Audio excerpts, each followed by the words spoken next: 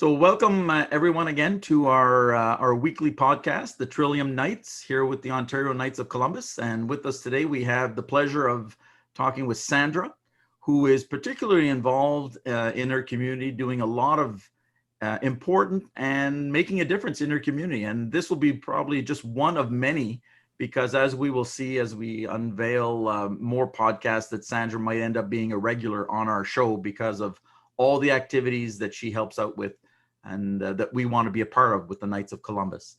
And of course, we have our MC, our interviewer extraordinaire and new member of the Knights of Columbus. We welcome Mike once again. And I will begin with our tradition. It's a new tradition that we started 3 podcasts ago, but we like to maintain because it seems to be well received, is the Lord's Prayer. So I would ask you to join me.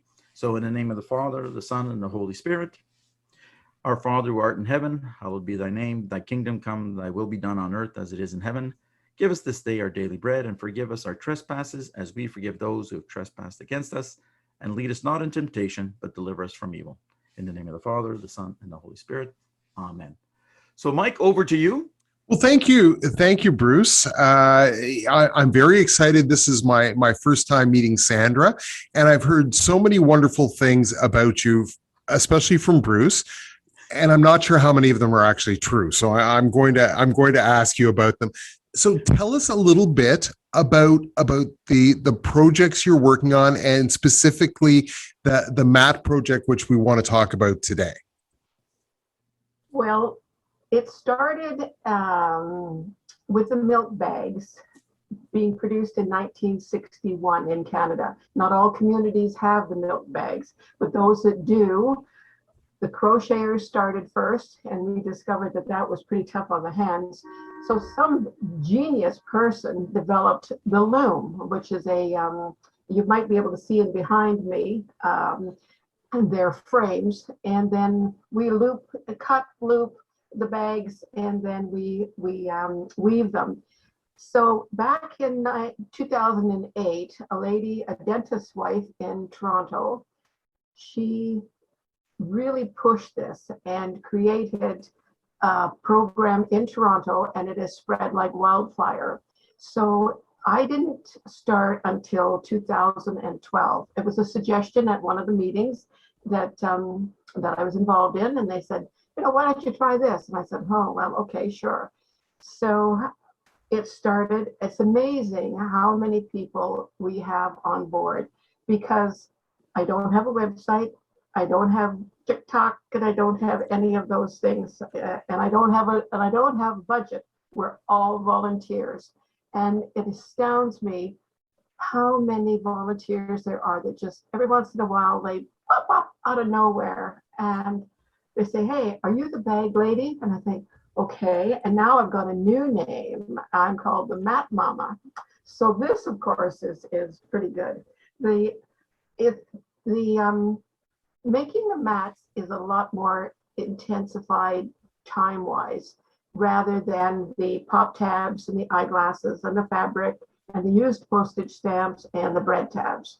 So all of those go places. We are going to be introducing one more item that we're going to be collecting. Nobody knows that yet, but except me. So we're going to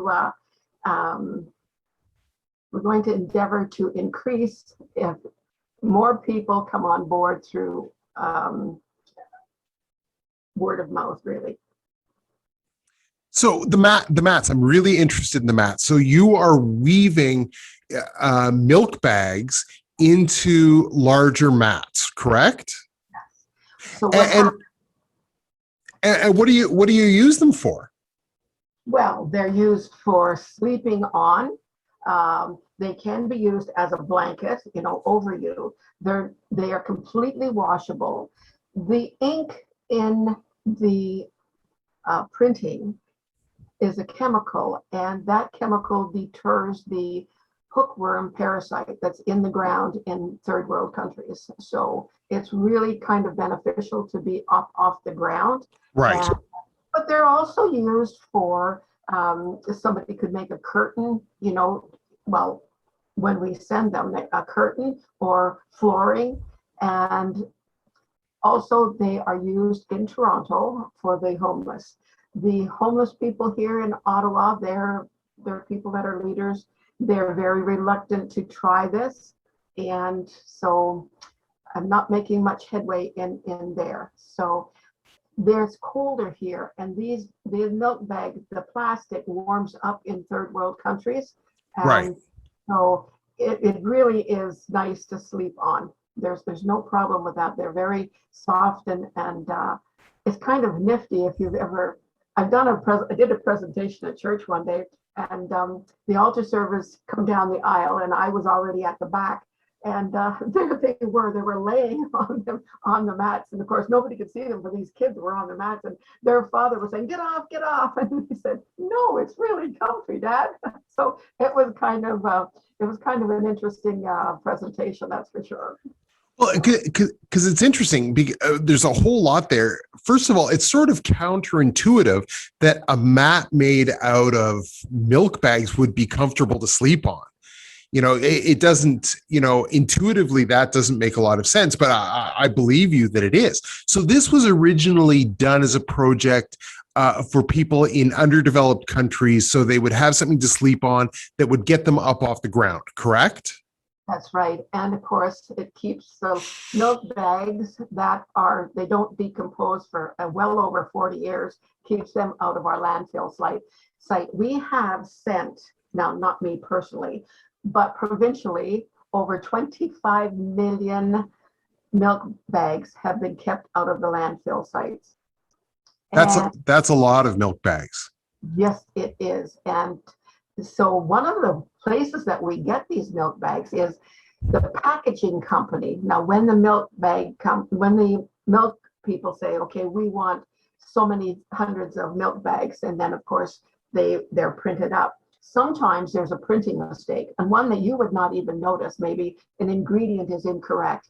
So those bags are brand spanking new, and there are 2,700 of them in a box, which Right. gets to 32 pounds. And no, I don't lift them. Jim does, my husband. So they come to us because if they send that to the landfill site, they have to pay extra. So, of course, we're their best friends, which is really great. And so in March, I can't believe I did this, neither can Jim. But anyways, I took I took delivery on 27,000 milk bags. Where does one put 27,000 milk bags? But the volume of that must be enormous. Yes. But they were right beside 160 milk bags, mats. And so, yes, it was darn crowded out there. I bet. So what we're talking about here now, we're not talking about the actual bag that the milk comes in, are we? Or are we talking about the bag that the milk bags come in? Okay, right. So there'll be 3 milk bags in that bag. And when you go from the grocery store, that's the bag you carry out. And so we cut it in a certain way. Now they're cut differently if you're going to crochet, and they're cut in another way if they are for weaving. And it ends up to be in half like this. 2 of these lads. Okay. And there's a process here. Some people have real difficulty figuring this one out. So I've seen really intelligent people do this. So you go like this, and bibbidi boo, you end up like that. Okay. Now I have here, if it don't knock anything over in here, it's getting pretty crowded in my little office. So here is a small loom. Okay, just a small lad. Okay. Yes. Okay. I get it. Okay. What they call a sitting mat. Okay. Right. So we take this lad here and we hook it onto the nail or the screw, and we hook it onto there. And we call these stringers. Okay. And the stringers are then is full, and then we start into the weaving. And as you can see behind me, these lads here, these bigger lads, have, they're for ladies and children. The sleeping mats for a 6-foot man take 550 milk bags. Wow, that's a lot of milk bags. Yeah, that's why I have 27,000 plus used ones. So here is a sitting mat. And of course, we have a lot of fun with the colors. They say that I've created a monster because a lot of times we divide them up and we make them. You can see this one here is a colorful one that's used. That one back there is red, white, and blue. This one is strictly the red ones. And we get milk bags from Quebec on the Quebec side, and they have completely different color combinations. So I can tell immediately when it's a bag or that you have been used from Quebec. But that red one that you held up, it looks like that's a sitting mat, and it looks comfortable. It looks like there's some depth to it. Picturing this in my mind, it sort of sounded like it would be thin and hard to me, but it doesn't look that way at all. The crocheted ones are harder, and they're harder to make too, because these are not so good. But weaving, weaving may be a little bit tough on the back if you don't have the proper height to your table to work on. And, right. So once they're removed from the loom, then with the big lads, we take a cushion that the fabric has been donated to us. And actually, when I get the cushion, it's got the 3 sides done. When we cut the stuff off of the milk bag to originally, we have scraps, what we call scraps. Nothing is wasted. So we stuff the cushion. I sew up the end. And then we take that cushion and we put it in the middle of one of those big finished lads. We roll it up, tie it off, and then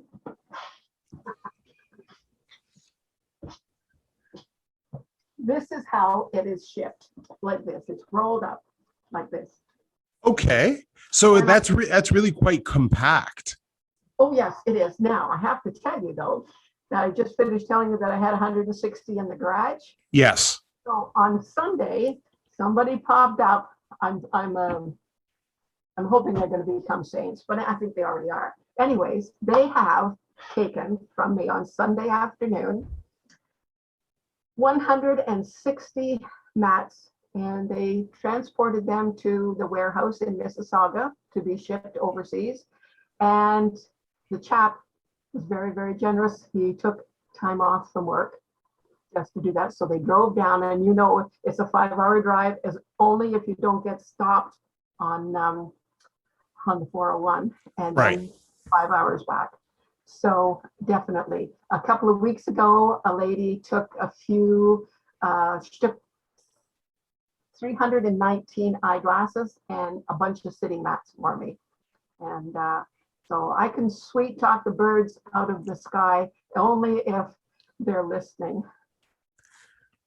Well, I think they'd be hard pressed not to listen to you. So, and what countries are you shipping these mats to? There's between 18 and 22 countries. Wow. El Salvador, Haiti, Peru, you name it. As I said, there's between 18 and 22. So mostly the Americas, or are you doing Africa and Asia as well? Africa. As a matter of fact, we even sent a load to countries that had Ebola. And right. Now, what happens there is that they use them, because they don't have the hospital beds. And so once the person is either cured or passes away, they have to burn it. Right.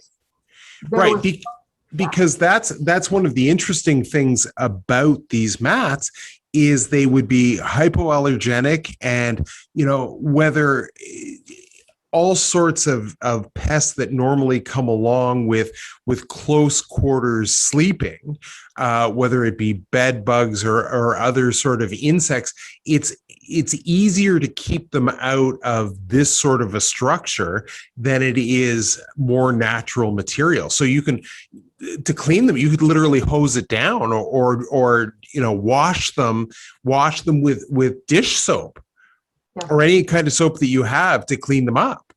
They're completely washable. They're completely washable. And we also, I have an experiment on my farm, on my fence right now. And I put a whole bunch of them on, and I lined them all up, and they're all nice and tight. It just looks like one of these. Right. And the neighbors haven't complained, so that's a good thing. It's been out there 3 winters, and you'd never know that it had been out there that long. They winter well here, but they're hard when in the winter time because of Right. So they're hard. So that's why they're perfect for warm countries. Perfect for warm countries. So Sandra, Mike, if I may. Yeah. So in my mind, so it's clear. So somebody came up with the idea that you can use, these things are going into landfill sites. So there's got to be a better way to deal with this pollution. So they decided that, we could actually weave, crochet, make these beds that or blankets or floor mats that are permanent. They're weather resistant. They're not conducive. They don't promote bugs infestation. So it's sanitary. It keeps the landfills emptier. So that's a great idea. Now so I want to join. I want to help out. How does the logistics of this thing? So I'm hoping that some people that will be watching this podcast, hopefully a lot of people will be watching this podcast, and now they want to get involved. So they're collecting a couple of milk bags here and there. How does that work from the boots on the ground, using a military term? How does that work? Well, first of all, their commitment can be little or big or in between. There's no anybody hasn't got a big whip saying you got to do this. You produced so many last week, so now you have to do it this week. So Right. Most people, quite a few seniors don't drink milk. They don't get the milk in that manner, but their grandchildren do. So a lot of the schools are involved, a lot of churches are involved, a lot of volunteers, seniors clubs, business groups, women's business groups. It's no end. So what happens is they collect them up, and they have enough for a trip either to sunny Limoges or someplace else. What do they say? All roads lead to Rome. Well, all road leads to my garage. There are other places in Ottawa that do this thing, so I'm not alone in that. But when they, it's like, you make homemade Chinese food, and all of a sudden all your buddies say, "Oh, you want us to come over?" So, okay, fine, dandy. So it just seems that the minute that I get the garage so that there's a bit of an echo out there, I get a phone call or an email. "Oh, I got to get rid of my mats in the basement. I got to get rid of you got a trip? Anybody got a trip?" So the logistics of it is that when you're full, you make arrangements, you take them, and it's very, very easy. It's by word of mouth. I have a contact list of about 125 people or organizations, and they all feed into each other. And so I've got some weavers, and I've got people that just collect the bags, or they'll collect something else. And so it all works. It's amazing because you think to yourself, well, oh my goodness, I'm so full right now. And then somebody will pop up and they'll make a delivery, and you think, oh yeah. So, and I have to tell you this, I have a husband of 51 years, and he has an idea that he's not going to go out of here with only one trip, like one place. So I have to be really super organized so that when we're going out to the West End, that we make a drop off or a pickup. And it's kind of interesting because one day I wanted to somebody asked me, "Have you got any milk bags? We're desperate for milk bags because the schools have closed down." I said, "Yeah, okay, sure, we'll come out." So we were going out that way. As a matter of fact, we're going to the optometrist. So I went out that way and I dropped off. Well, you be careful if you ask for milk bags. So anyways, I said, help yourself, ladies. And there was a bunch of them that came into the parking lot of this church and they took what they wanted. Oh, they were delighted with them, delighted. And so then she said, oh, are you going to take some mats? And I said, yeah, sure. So it was sort of a strictly an exchange because I ended up with 30 finished mats that day. And I thought that wasn't supposed to happen. But anyways, it did. Mind you, she had eyeglasses and stamps and all the other stuff too. So it works. If the Knights of Columbus are in a parish and there is a CWL there, they can match up and ask those. You know, I'm not saying that you didn't hear that from me, so to say, but that we, out of the 25 CWL councils, we do have half that do something towards the recycle and reuse program. And it's a lot is just because we don't want the stuff going to the landfill site. And part of the time is that we have to stay out of trouble, so we need something to do. And it's well received. My biggest conspirator in your Knights of Columbus is Michael O'Neill. He's such a nice fella. Yeah, he's a real good guy. So for people watching provincially, just so you know, you mentioned sunny Limoges because that's where you reside. So in Eastern Ontario, and Mike O'Neill is our honorist representative, the Michael J. McGivney honorist at St. Patrick's Basilica in Ottawa. So just for the provincial wide people watching from other places may not know that Ottawa is actually the center of the world, not Toronto. Yes. Right. Yeah. So I do have contacts in Ottawa, but the basic thing is that if you know somebody where they would be willing to, you know, take delivery of stuff, and then it works. It definitely works. There are several places, and I know that some parishes don't want to stockpile anything in their foyer. I'm very, very, very, very careful of that at our parish. I have basically asked people not to drop stuff even before COVID-19 because it's not favored that the stuff is sitting there, and so that's okay. We when we were going to mass every Sunday and then some during the week, we would make sure that everything was picked up. But now that COVID-19, nobody is accepting anything. I think I'm the only one that's accepting anything. But anyways, it has slowed us down. I'll admit it has slowed us down, but it really kind of is amazing in the driveway. They back into the driveway. I open the garage door. They toss out their milk bag mats, and then they take what they want as far as the milk bags go, and they'll drop off other stuff with their masks on and everything. And I'm sure the neighbors think it's a drug bust going down or something. I'm not too sure what they think. Nobody has accosted me yet. So Sandra, sorry, Mike, No, go, please, Bruce. But there's as somebody who doesn't crochet, I don't know if you crochet, Mike, but I don't. So here's my question to Sandra. So I want to make a children's mat or a women's mat or a men's floor mat. So if I have that idea in my mind, then I need a certain number of bags, and then I need that contraption. You called it a loom. Yeah.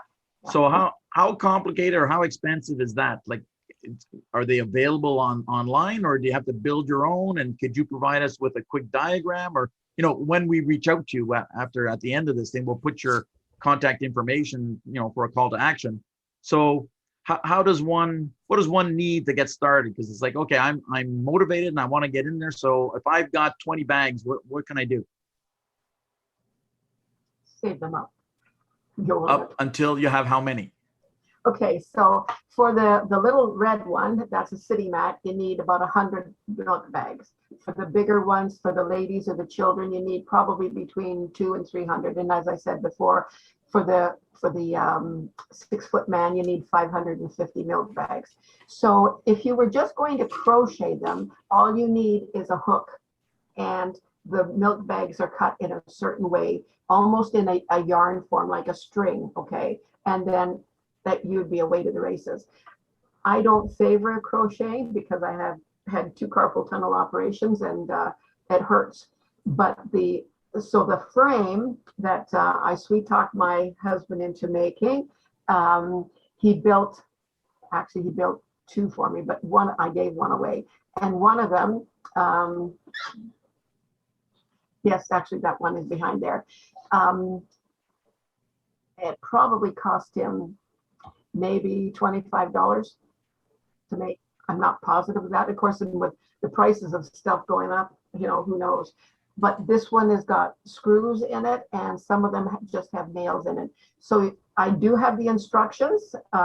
It's whoever thought of it and whoever wrote it down was amazing. And so it's very explicit. And when you make your loom, you're away to the races. And you need to cut the bags. So that is a little bit problematic because I don't like using scissors because it hurts too much. I mean, I got old hands. So what happens is we cut these milk bags with a wheel, a fabric wheel, and a board. It just looks like a pizza cutter. Right. That's what I was going to say. It's a fabric wheel is just like a small sharp pizza cutter, and you have a special board so you don't cut your table, and it's just like cutting pizza pretty much. And it's very quick. And so in my group, I have a cutter, and I have a looper, and I have 2 weavers, and we can make 2 mats in 2 hours. Well, except that maybe there's a bunch of gossiping and laughter and fooling around. But anyways, we can make 2 mats in 2 hours. We can make a mat an hour. And so we're pretty happy with that. And now they're all working from home. The cutter, she works at home, and the looper works from home, and then it all gets here. And we do have other weavers that work on their own, that their husbands have made their looms for them. And and that's what we probably need. The most thing that we would need from anybody is that we would need, more weavers, more looms, certainly more drivers. That would be, wonderful. And we need some storage. At times we're frantic. As I said, right now my garage has only got maybe, 35 milk bag mats, and it has 60 of the sitting mats. Yeah, we're a lot better off right now. But when I say storage, I'm actually referring to, I'm hoping, and I pray every morning, by the way, that somebody will come up with an enclosed utility cargo trailer. Okay.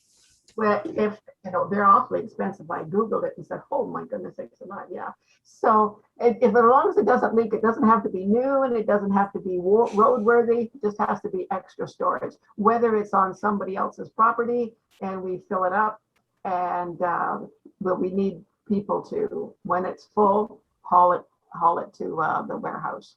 And I know that sounds like it's an awful lot, but that's the way we work, and we hope that there will be more people that are interested in it. You guys are going online, and you're doing big things and stuff like that. You're a very powerful, and by the way, the pop tabs there 2 weeks ago, I think it was 2 weeks ago, we have been depository for pop tabs, okay, and they also come off beer tabs, okay. So my husband, he's my volunteer.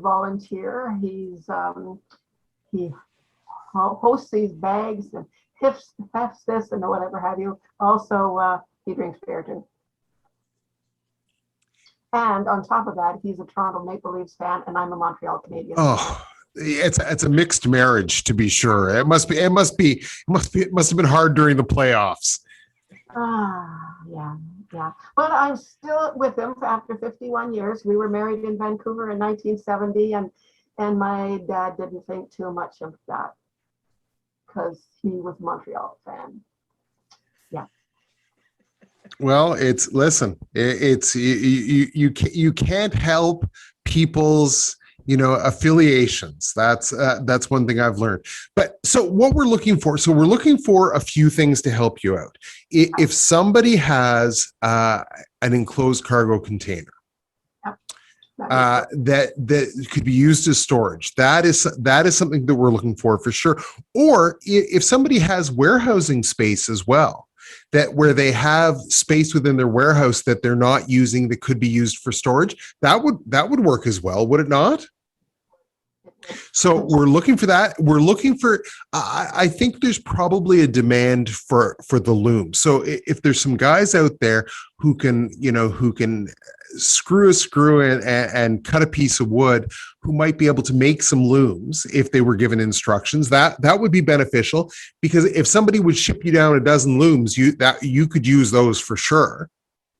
Yep. So we're looking for people who can make the looms. We're looking for people who would like to be involved in the weaving process, right? Who, if they had a loom and they could get a hold of some bags, they'd be interested in actually making the mats. That's something else. People who want to be involved with cutting or crocheting mats as well, because I imagine there's a pattern. I'm not a crochet expert, but I know enough to know that there's usually a pattern that goes with these things. So people who are willing to, because you can do that basically watching TV. You can cut up your milk bags and you can just crochet away while you're, watching America's Got Talent or whatever it is, and multitask that way as well. So you're looking for crocheters and milk bags, people to collect milk bags, because if it's 500 to 600 milk bags for an adult, a 6-foot mat, that's a lot of milk. Bruce might be drinking a lot of milk, but it would take him a long time to accumulate 600 milk bags. Am I wrong, Bruce? I'm not sure what the side effects of an overdose of calcium would be, but that is definitely a lot of milk. Yeah. So people who will collect that either through their church or through their school or what have you. So there's a lot of things that people can do if they want to help out. Now, if they want to reach out to you and ask for, advice, maybe somebody else, because you're in Limoges, elsewhere in the province, whether it be Toronto or Mississauga or Thunder Bay or North Bay or wherever they are, and they want to set up a group to put together some mats, can they reach out to you for advice?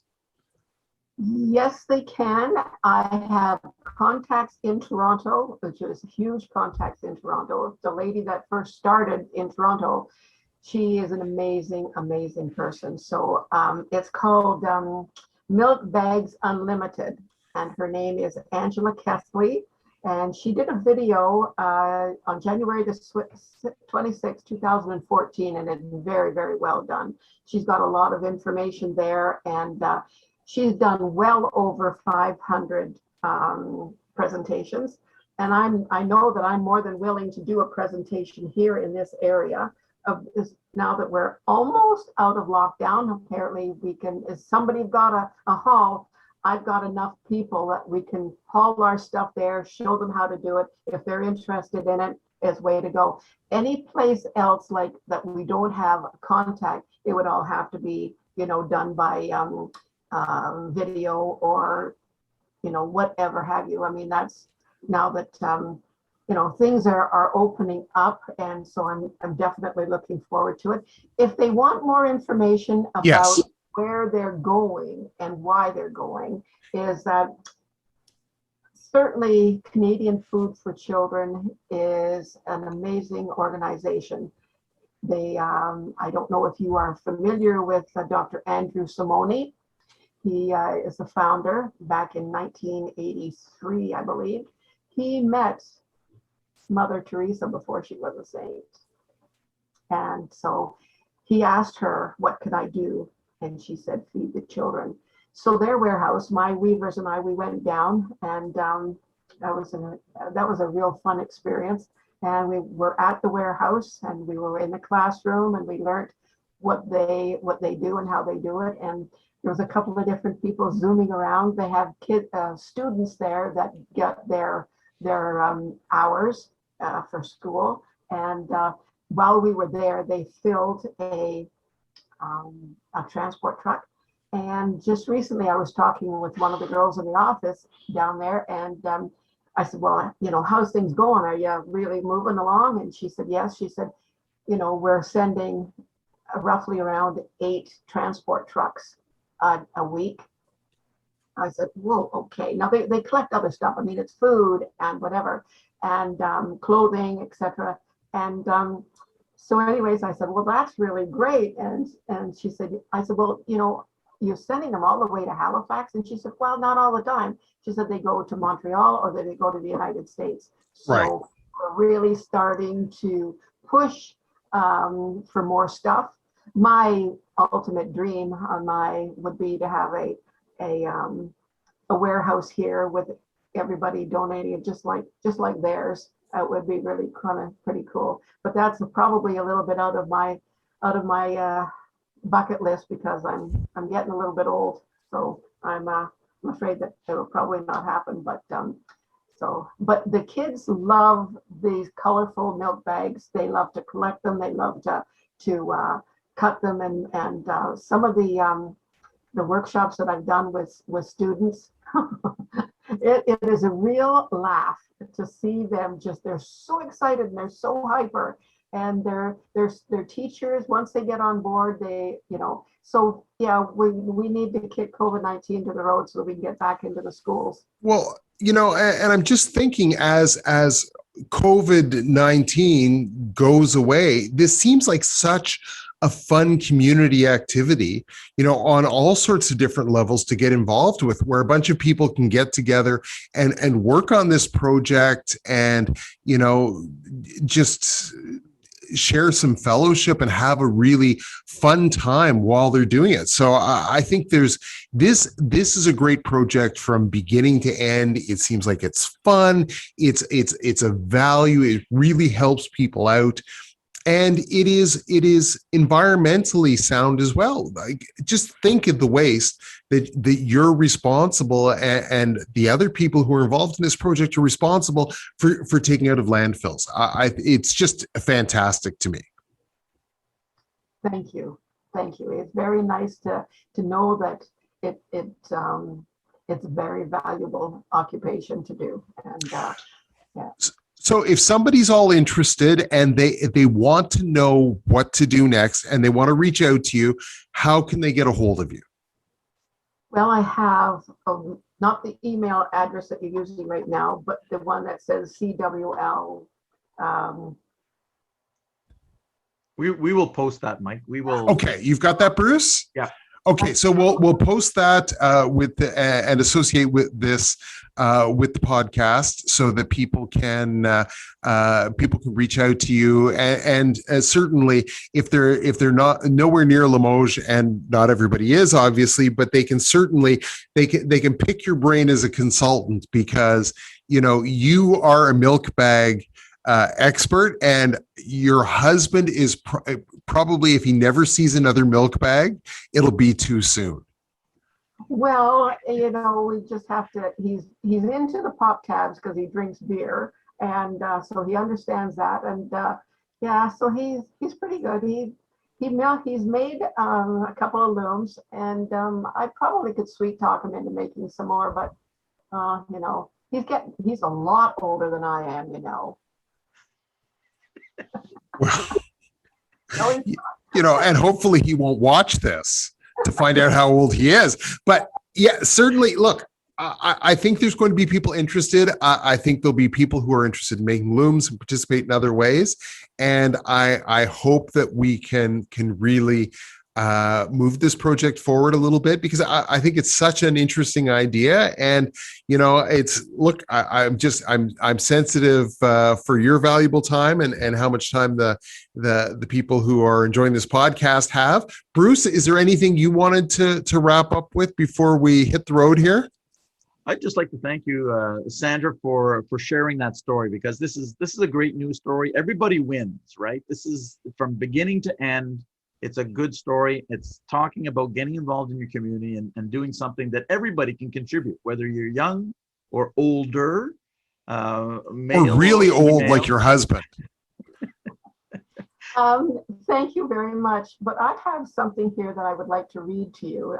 I received this letter, and it's less than 2 minutes. So Sure, go right ahead. okay, because this what motivates me. Okay, and this is a letter that I received from a young lady, and I'm using this using the city differently. As the cold winter season is upon us, I am reminded of how difficult and how cold it was when living outside in these freezing winter months. I spent the winter of 2019 and 2020 living outside in downtown Toronto. I can now say that only by the grace of God I am here today. Being homeless, especially through the winter, was the most challenging and most difficult experience I have ever had. While I was living outside trying anything and everything to stay warm and not freeze to death, a stranger gave me a mat made from milk bags. At first, I thought this mat was a little strange. However, this mat helped me tremendously. I placed it underneath me when sleeping outside on the freezing concrete, and it kept the cold and dampness off my back.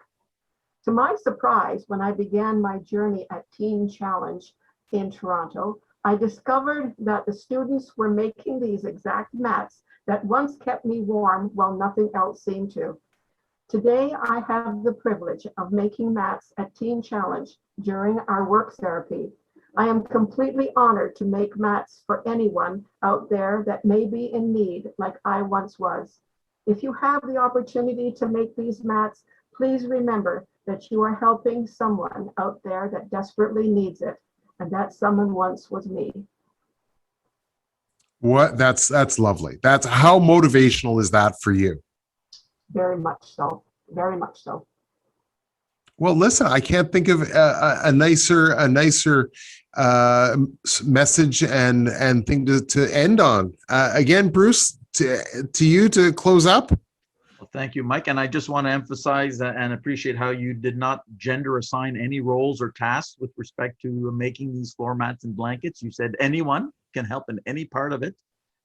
Women can build looms just as much as men can crochet and weave. So thank you for that, making it, again, for all ages and all genders to help and participate in this worthwhile endeavor. So if I may, I'd like to conclude with a rather short prayer, and this is one that I learned in the artillery. And so I'd like to share that one with you today. So in nomine Patri, Filii, et Spiritus Sancti, for what we're about to receive, thank God. In the name of the Father, the Son, and the Holy Spirit. Amen. Thank you. Thank you very, very much. Thank you most for your time and your consideration. Thank you. Thank you, Sandra and Bruce, and thank you to all the people who took the time to watch or listen to this podcast. We will be out with another one very soon. Thanks again.